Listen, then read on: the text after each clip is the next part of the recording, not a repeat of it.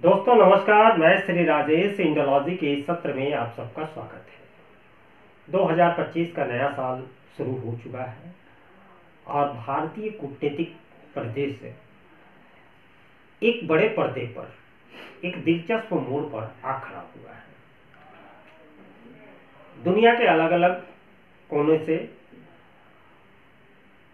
एक तरह से कहा जाए तो कूटनीतिक चुनौतियों की बौछार हो रही है और इन सबके बीच नरेंद्र मोदी की सरकार को इन चुनौतियों से निपटना होगा, इन धुरंधरों से निपटना होगा। आइए इस तरह की दर्जन भर कहानी और दर्जन भर चुनौतियों से आपको रूबरू कराते हैं। 20 जनवरी 2025 को अमेरिका में डोनाल्ड ट्रंप राष्ट्रपति के रूप में पदभार ग्रहण कर लेंगे। यह वही ट्रंप है जिनकी राजनीति कभी हाई फाई तो कभी फुल ऑन ड्रामा से भरपूर होती है। अब की बार उन्होंने चीन के राष्ट्रपति शी जिनपिंग को अपने शपथ ग्रहण समारोह में बुलाया है, लेकिन भारत को इसके लिए कोई न्योता नहीं, अब तक न्योता नहीं आया है। खैर, इसकी कोई ज़रूरत भी नहीं है। हालांकि भारत को ऐसे खेलों की आदत हो गई है। हम ट्रंप की डील जो होती है उसमें ट्रंप जो जादूगरी दिखाते हैं, हम उसके आदी हैं और उससे निपटने का अंदाज भी हम तैयार कर चुके हैं। अमेरिका में इन सब चीज़ों के बीच ही लंबे समय से एक मसालेदार कहानी चल रही है और वो है खालिस्तान समर्थक गुरपतवंत सिंह पन्नू का मामला। अब इस गुरपतवंत सिंह पन्नू की कथित हत्या की साजिश राह के द्वारा रचे जाने और उसके एजेंट विकास यादव की गिरफ्तारी, फिर इसी मामले में निखिल गुप्ता की गिरफ्तारी, इन सब मामलों को लेकर भारत और अमेरिका के संबंध बीते जो बाइडेन सरकार के अंतिम क्वार्टर की जो स्थितियां थी उस दौरान भारत और अमेरिका के बीच जो बड़े स्मूथ संबंध चले आ रहे थे उसमें एक घरघराहट सी सुनाई देने लगी और इसकी वजह से संबंधों में थोड़ी शिथिलता दिखी। तो अब देखना यह है कि यह जो सियासी थ्रिलर है यह ट्रंप के कार्यकाल में क्या अपना रुख दिखाता है।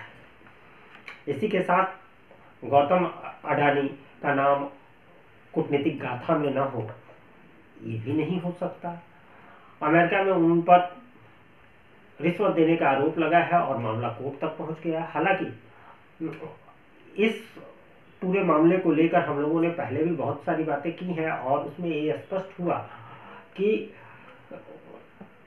ये एक तरह से इंटेंशन, रिश्वत देने की इंटेंशन का आधार बनाकर अगर मामला कोर्ट में जाए तो वह कोर्ट में टिकेगा नहीं और इससे गौतम अडानी का या भारत का हित इससे कहीं कोई प्रभावित नहीं होता है। लेकिन एक बखेड़ा तो खड़ा हो ही गया है और विपक्ष बार बार ये आरोप लगाता है कि अडानी मोदी के काफ़ी करीबी हैं।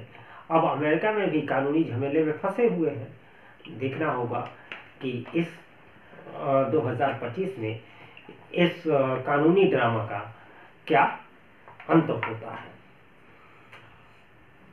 इन सब के साथ ताज़ा मामला H-1B वीज़ा का है। ट्रंप अमेरिका फर्स्ट नीति के तहत चुनाव में ये बार बार घोषणा करते आए हैं कि प्रवासियों को अमेरिका में पहले की तरह इजाज़त नहीं दी जाएगी और अमेरिका फर्स्ट वाली पॉलिसी के तहत अमेरिकियों को ज़्यादा से ज़्यादा अवसर दिए जाएंगे और वह H-1B वीज़ा को की नीतियों को फिर से संशोधित करेंगे। लेकिन हाल ही में जिस तरह एक ट्रंप समर्थक जो एक उनकी महिला समर्थक हैं उन्होंने ट्विटर पर जिस तरह इसको लेकर ट्रंप को आड़े हाथों लिया और फिर एलन मस्क उसका जवाब देने आए तो पूरा मामला इस तरह बना कि फिर ट्रंप का भी बयान आ गया कि H1B वीज़ा के तहत ऐसी कोई उसमें बदलाव करने की अभी फिलहाल कोई योजना नहीं है।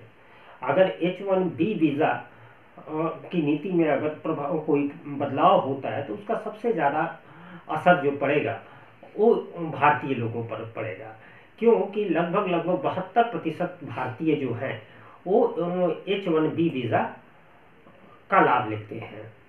इसी तरह अब अगर हम कनाडा की तरफ जाएं तो कनाडा और भारत के बीच जो ड्रामा हुआ और जिस तरह दोनों देशों के बीच संबंध खराब हुए, वह एक दोनों देशों में क्या पूरी दुनिया की मीडिया की सुर्खियां और खालिस्तान समर्थक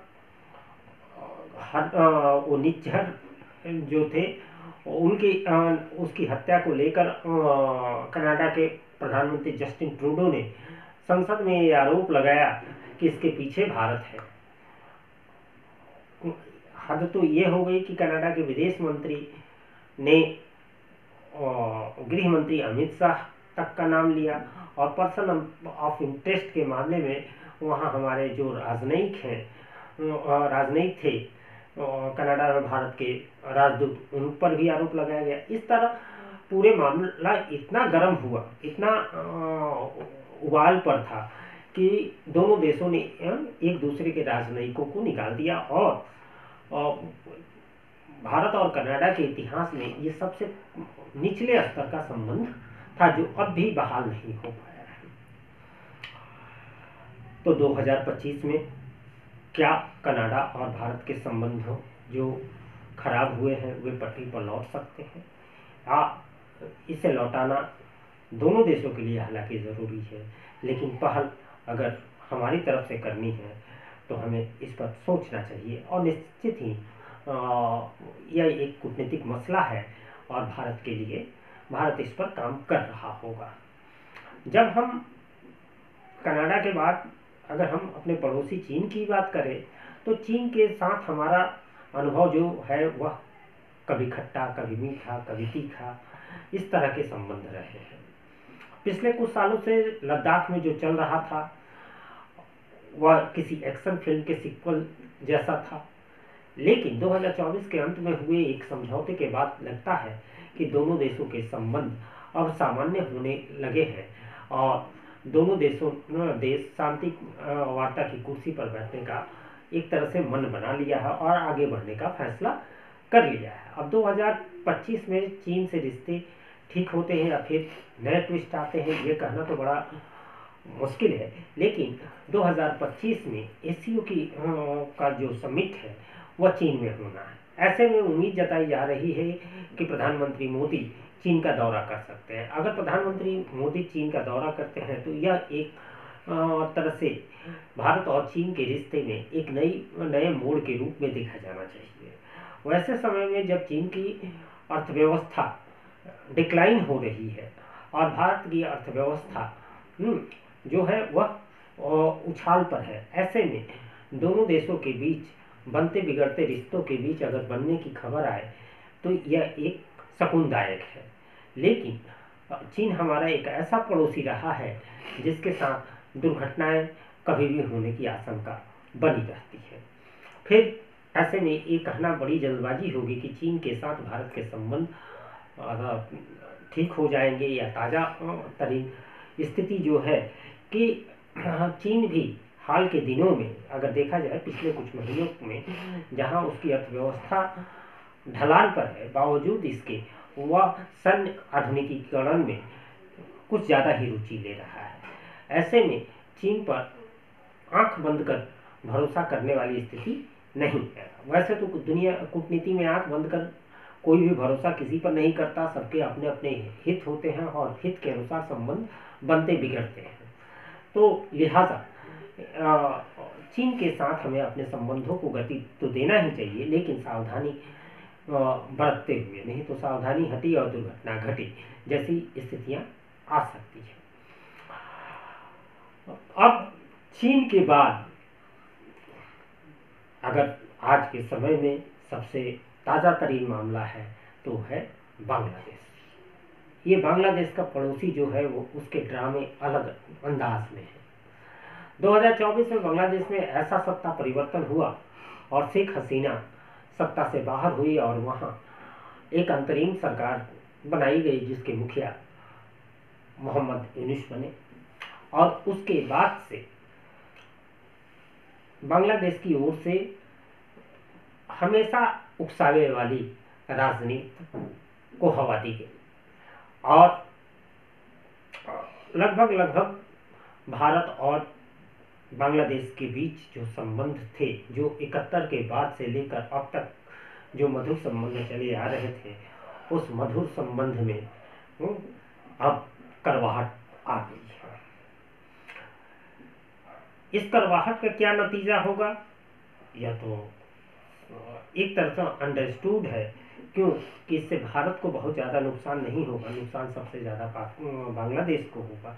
लेकिन भारत के हित जो है, स्ट्रेटेजिक हित जो है, वह बांग्लादेश के साथ जुड़े हुए हैं। ऐसे में बांग्लादेश की कोई उल्टी पलटी हरकत हमें नुकसान दे सकती है।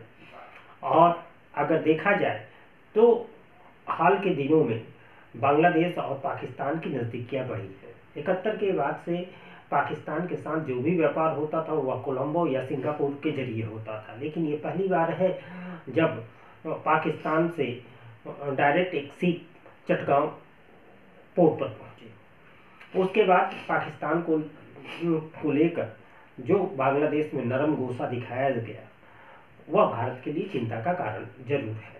और इस नए समीकरण को देखते हुए भारत को अपनी रणनीति नए सिरे से डिजाइन करनी होगी। बांग्लादेश में सत्ता परिवर्तन के बाद वहां की राजनीति में कट्टरपंथियों का एक तरह से दबदबा बढ़ गया है और यह कट्टरपंथियों का दबदबा भारत के लिए चिंता का सबब बना हुआ है। दूसरी तरफ ये अंतरिम सरकार जो है, इसको उम्मीद थी कि भारत के साथ संबंध खराब होने के बावजूद इसे म्यांमार से सहयोग मिलेगा। लेकिन म्यांमार में जिस तरह अराकान आर्मी ने रखाइन प्रदेश को पूरी तरह से अपने कब्जे में ले लिया है और बांग्लादेश से लगे 271 किलोमीटर लंबी सीमा पर एक तरह से अराकान का कब्जा है, अराकान आर्मी का। और अराकान आर्मी बांग्लादेश के कट्टरपंथी और जिहादियों के खिलाफ एकदम तनकर खड़ी है। ऐसे में बांग्लादेश की मुश्किलें बढ़ती जा रही हैं। अब बात अगर हम करें मध्य पूर्व की, यानी हमेशा की तरह 2025 में भी पूरी दुनिया का ध्यान खींचने वाला है इजराइल और हमास के बीच युद्ध ने पूरे इलाकों को एक तरह से जला डाला है। ईरान की भी इसमें अपनी एंटी है और इस पूरे युद्ध के बीच भारत को अपनी तेल सप्लाई की चिंता सताती रही है। और यह चिंता ऐसी है जो अतीत में भी थी, वर्तमान में भी है और भविष्य में भी रहेगी। अगर इजराइल ईरान के न्यूक्लियर प्लांट पर हमला करता है तो ऐसे में तेल की कीमतें दुनिया में आसमान छुएगी, फिर इसका असर भारत पर न पड़े ऐसा नहीं हो सकता। लेकिन इन असर को बेअसर करने के लिए भारत को अपनी रणनीति नए सिरे से बनानी होगी, जिससे कि भारतीय लोगों की जेबों पर इसका असर न पड़े या कम से कम पड़े। तेल की जब बात हो रही है तो रूस और भारत के बीच के संबंधों को रेखांकित करना आवश्यक हो जाता है। रूस और यूक्रेन के बीच जो युद्ध चल रहा है उसके 2024 में खत्म होने के अभी कयास लगाए जा रहे हैं, क्योंकि डोनाल्ड ट्रंप ने अपने चुनाव के दौरान ये घोषणा की थी कि जब वो राष्ट्रपति बनेंगे तो रूस और यूक्रेन के बीच के जंग को वो खत्म करा देंगे। अब देखना होगा कि वो खत्म करा पाते हैं या नहीं। लेकिन अगर देखा जाए तो रूस पर अमेरिकी और पश्चिमी देशों ने बड़े कड़े प्रतिबंध लगा रखे हैं, लेकिन भारत लगातार रूस से तेल खरीद रहा है और 2024 में भारत रूस के बीच व्यापार 66 अरब डॉलर तक पहुंच गया था और 2025 में अमेरिका और रूस दोनों को साथ लेकर चलने की चुनौती भारत के लिए एक तरह से बड़ी मुश्किल भरी होगी। लेकिन कुछ लोगों का यह भी कहना है कि व्लादिमीर पुतिन के प्रति डोनाल्ड ट्रंप थोड़ा सॉफ्ट कॉर्नर है। ऐसे में शायद भारत को रूस के साथ अपने संबंधों को और परवान चढ़ाने में कोई ज़्यादा मुश्किल नहीं आएगी। ब्रिक्स को लेकर भी तरह तरह की बातें की जा रही थी। ब्रिक्स नई करेंसी ला रहा है, हालांकि ब्रिक्स सम्मेलन के दौरान पुतिन ने इस पर बयान दिया था और कहा था कि ब्रिक्स की ऐसी फिलहाल कोई योजना नहीं है कि ब्रिक्स अपनी नई करेंसी लेकर आएगा। लेकिन इसके बावजूद डोनाल्ड ट्रंप ने सीधे सीधे चेतावनी दिया कि अगर ब्रिक्स अपनी कंट्री अगर अपनी करेंसी लेकर आते हैं, ऐसे में अमेरिका उन पर टैरिफ माने 100% तक टैरिफ लगा सकता है। इस तरह टैरिफ की जंग का एक अंदेशा है, लेकिन अभी यह होगा तो होगा वाली स्थिति है। ऐसे में इस पर अभी कुछ कहना जल्दबाजी होगा। और प्रधानमंत्री मोदी ने तीसरी बार पद संभालने के बाद रूस की यात्रा को प्राथमिकता दी थी। पश्चिमी देशों में इस यात्रा को लेकर बहुत छिड़ी हुई थी, लेकिन भारत और रूस के पुराने और मजबूत रिश्ते इस समय कायम है और मजबूती के साथ कायम है। भारत के लिए रूस से दोस्ती एक तरह से जरूरी है, खासकर तब जब चीन और पाकिस्तान की जुगलबंदी पहले से ही हमारे लिए चिंता का विषय बना हुआ है। इस प्रकार 2025 का साल भारत के लिए कूटनीतिक मोर्चे पर बेहद रोमांचक रहने वाला है। दुनिया भर की घटनाओं से देश का हर नागरिक जुड़ेगा और हमें देखना होगा भारत इन चुनौतियों से कैसे पार पा सकता है। अब इंतज़ार है कि एक कूटनीतिक जो ड्रामा है वह किस अंजाम तक पहुंचता है। उम्मीद है आपको यह वीडियो अच्छा लगा होगा और दुनिया के बदलते जियोपॉलिटिक्स में आपका नज़रिया क्या है और भारत को ऐसे में कौन सा स्टैंड लेना चाहिए, आप अपने विचार